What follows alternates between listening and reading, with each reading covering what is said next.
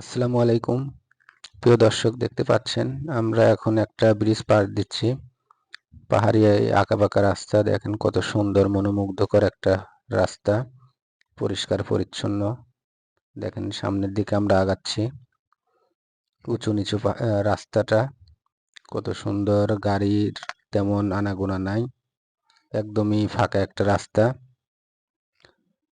দেখেন দুই পাশে পাহাড়, ছোট ছোট পাহাড়, এর মাঝখান দিয়ে রাস্তাটা হয়েছে।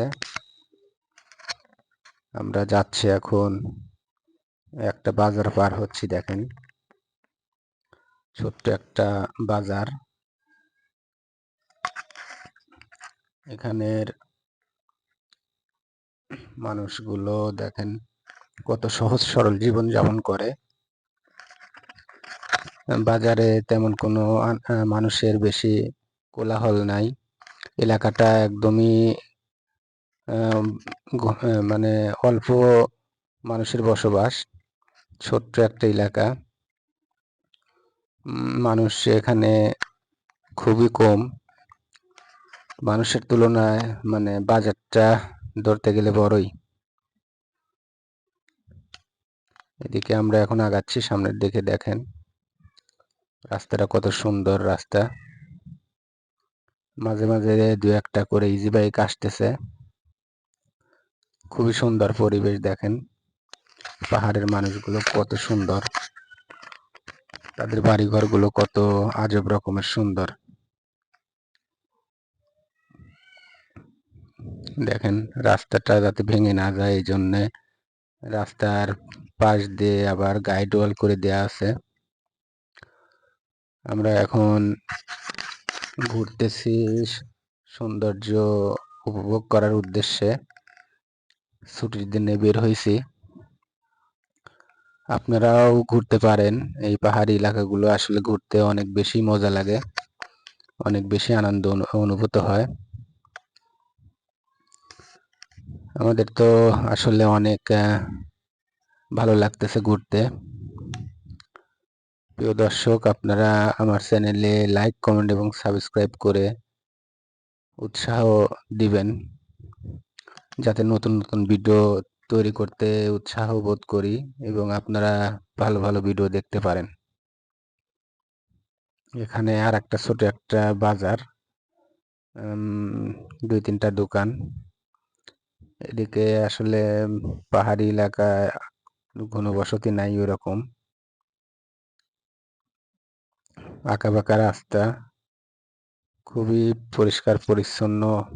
দেখেন রাস্তাগুলো কত সুন্দর, আঁকাবাঁকা, পরিষ্কার পরিচ্ছন্ন, ঘোরার মতোই আসলে জায়গা। এখানে আসলে বারবার আসতে ইচ্ছা করে, কিন্তু সময় ও সুযোগের অভাবে আসলে আসা হয় না। এদিকে দেখেন পাহাড় থেকে মাটি এসে পাহাড় ধস হয়ে রাস্তায় এসে পড়ছে। দেখেন রাস্তাটা যত দূর চোখ যায়, কত সুন্দর একটা রাস্তা। রাস্তার দুপাশে ধান চাষ হচ্ছে, মাঝে মাঝে বাড়ি আছে দেখেন কয়েকটা করে, এবং দোকান ঘর দেখতে পাচ্ছেন। অনেক সুন্দর জায়গা। এটা একটা স্কুল, অনেক সুন্দর একটা স্কুল, ছোট একটা ক্যাম্পাস।